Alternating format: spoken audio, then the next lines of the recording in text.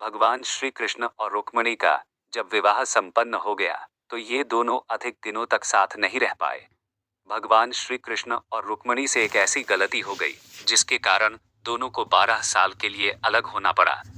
यह समय दोनों के लिए बहुत कष्टप्रद रहा। बावजूद भगवान श्री कृष्ण और रुक्मिणी ने इस कष्टपूर्ण समय को भी प्रसन्नता के साथ काटा। अलग होने के पीछे ये बड़ी वजह थी। एक पौराणिक कथा के अनुसार दुर्वासा ऋषि भगवान श्री कृष्ण के कुलगुरु थे।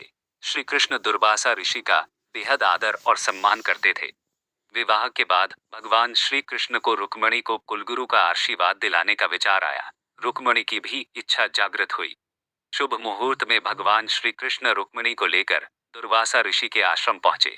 दुर्वासा ऋषि का आश्रम द्वारका से कुछ दूरी पर स्थित है। आश्रम पहुंचकर भगवान श्री कृष्ण और रुक्मिणी ने दुर्वासा ऋषि का आशीर्वाद प्राप्त किया और महल में आकर भोजन ग्रहण करने के लिए आमंत्रित किया, जिसे दुर्वासा ऋषि ने स्वीकार कर लिया, लेकिन एक शर्त भी रख दी। शर्त के बारे में दुर्वासा ऋषि ने दोनों से कहा कि जिस रथ से भगवान श्री कृष्ण और रुक्मिणी आए हैं उस रथ से महल नहीं जाएंगे। वे तभी महल में जाएंगे जब उनके लिए नया रथ मंगाया जाएगा।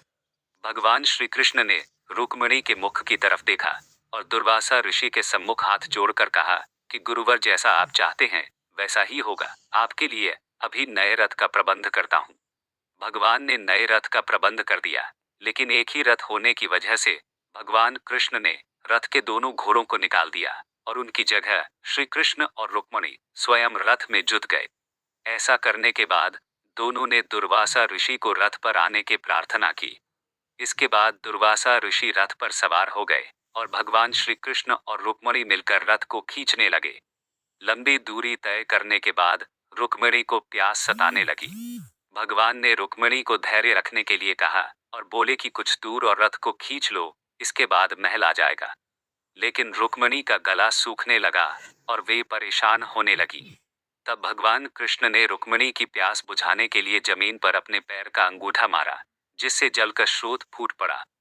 धरती से गंगा जल की धारा फूट पड़ी, जिससे रुक्मिणी ने अपनी प्यास शांत की। इसके बाद रुक्मिणी ने भगवान कृष्ण से भी थोड़ा जल पीने का आग्रह किया। भगवान श्री कृष्ण ने भी जल ग्रहण कर लिया। इस घटना से दुर्वासा ऋषि बेहद नाराज हो गए। वे क्रोध में आ गए और बोले कि तुम दोनों ने अपनी प्यास बुझा ली, लेकिन मुझसे पूछना भी उचित नहीं समझा। क्रोध में दुर्वासा ऋषि ने भगवान कृष्ण और देवी रुक्मिणी को 2 श्राप दिए। पहला श्राप था कि भगवान और देवी रुक्मिणी का 12 साल का वियोग होगा और दूसरा श्राप दिया कि द्वारका की भूमि का पानी खारा हो जाएगा। इसी वजह से देवी रुक्मिणी के भगवान द्वारकाधीश की पटरानी होने के बावजूद भी उनके निवास के लिए अलग से मंदिर बनवाया गया। फिर 12 साल की तपस्या के बाद रुक्मिणी वापस द्वारका आई। दुर्वासा ऋषि के श्राप के कारण यहाँ जल का दान किया जाता है। मान्यता है कि यहाँ प्रसाद के रूप में जल दान करने से भक्तों की 71 पीढ़ियों का तर्पण हो जाता है।